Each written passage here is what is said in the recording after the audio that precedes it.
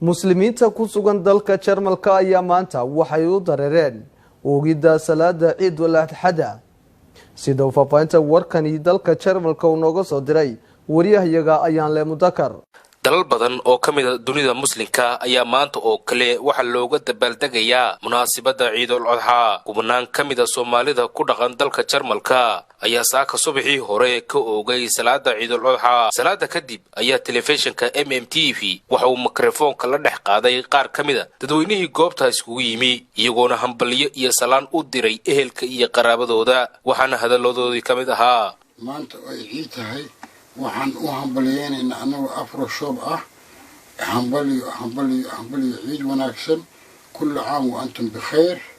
ilaahay sanadkiisa kala barwaaqo bashbashan ugu gaarsiiyo magacay waxa la yiraahdaa Sadeeq Usmaan Ali Kulan kuna nool Germany waxaan aad iyo aad ugu faraxsanahay maalinta ciidda ilaahay soo gaarsiiyo mahad leh waan ciiday waan faraxsanahay waxaan rabaa dhammaan inaan ugu hambaliyeeyo ummadda muslimiinta Soomaaliyeed meel walba ay joogaan oo ciid mubaarak annagoo ku hadlayna magaca magaalada Luugshaafin gaar ahaan dalka Jarmalka halkan waxaan ka salaamayaa dhammaan familigeyga ma kala qaadi karo oo ugu horeyso hooyaday macaan ku xigo aabahay walaalahay iyo dhammaan asxaabteyda dalkii dibadaba waxa jooga munaasabadan qaaliga waxaan aad ugu mahadnaqayaa ugu hambaliyeenayaa ummadda islaamka meel kasta ay joogaan dhammaan gaar ahaan waxaan u hambaliyeenayaa ummadda Soomaalida dhammaantood oon ku leeyahay ciideeda ilaahay ha noo gaarsiiyo bashbash barwaaqo gaar ahaan waxaan aad ugu hambaliyeenayaa ehelkeygii aabahay Xasan Barre iyo sagaalkii walaalaha ee dhashay iyo gabadhii Faransiiska boqoradii Shukri Xasan Barre dhammaan waxaan ku wada leeyahay ciid mubaarak ilaahay waxaan weydiisanaynaa ciideeda inuu bashish iyo barwaaqo inagu gaarsiiyo halkan waxaan hambaliyo uga dirayaa fadliga ciidda barakaysan ee Ciid al Adha dhammaan ummadda islaamka khaasatan inta Soomaaliya ku hadasha gaar ahaan ummadda reer Soomaaliland daliya dibadba waxaan kaloo si gaar ah ugu dirayaa hambaliyo madaxda qaranka iyo xisbiyada qaranka xukuumadda dhammaan shacbiga ee golayaasha deegaanka iyo baarlamaanka ama golayaasha wakiilada dhammaantood ciidanka qaranka waxaan leeyahay ummadda islaamka reer Somaliland dhammaantiin kulli caam wa antum bil khayr magacaygu Nasra Cabdi Cabdillaahi waxaan halkan ka salaamayaa dhammaan ummadda muslimiinta ah waxaan leeyahay ciid mubaarak sanadkiisa ilaahay inagu gaarsiiyo bashbash iyo barwaaqo halkan waxaan ka salaamayaa hooyaday macaan oo iyo walaalada iyo dhammaan ehelkayga oo dhan waxaan leeyahay ciid mubaarak iyo caruurtayda iyo xaajigayga ciid mubaarak ciideeda ilaahay inagu gaarsiiyo bashbash iyo barwaaqo halkan ka leeyahay ummadda muslimiinta gaar ahaan jamhuuriyadda reer Somaliland caafimaad ku ciida bashbash iyo barwaaqo ku ciida waxaan salaamayaa familigeyga ay ugu horeyso hooyaday aabahay dhammaan walaalahay iyo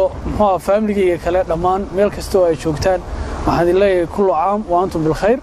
waxaan kalena salaamayaa oo salaan qiimo leh macnihii aad iyo aad u salaamayaa bahda MMTV oo ka kooyahay Maxamed Ilig ayaa la mudakar oo horteeda taagan saxafiga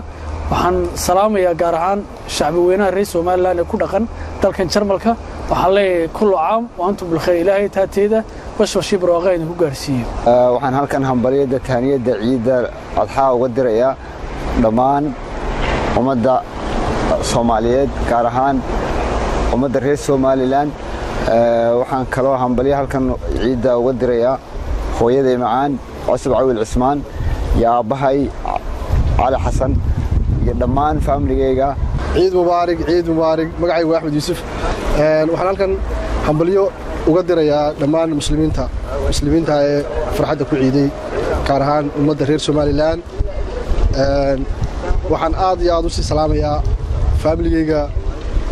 aabahay iyo caruurta walaalahay waxaan idin leeyahay ilaahay ciidkiisa bashbash iyo barwaaqo kullu caam wa antum bikhair ciid mubaarak dhammaan ummadda muslimiinta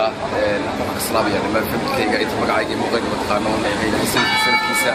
bashbash barwaaqo iyo caafimaad wax lagu gaarsiiyo bismillaah magacaygu yahay Maxamed Cabdullaahi Cismaan waxaan ka salaamayaa dhammaan ummadda muslimiinta oo dhan gaar ahaan ummadda reer Somaliland gaar ahaan hooyaday aabahay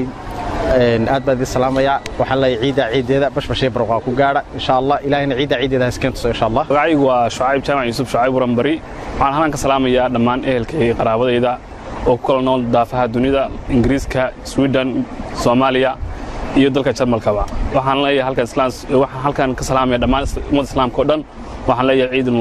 mubaarak kullu caam wa antum bikhair dhammaan halkan waxaan ka salaamaya dhammaan familkayga kullu caam wa antum bikhair halkan kale waxaan ka salaamaya dhammaan muslimiinta waxaan leeyahay ciideeda ilaahay khayr iyo bashbash ay nagu gaarsiiyo munaasabadan ciidda ayaa si weyn oo baaxad leh looga ciiday guud ahaanba dalka Jarmalka waa Yaal Mudakar MMTV Jarmalka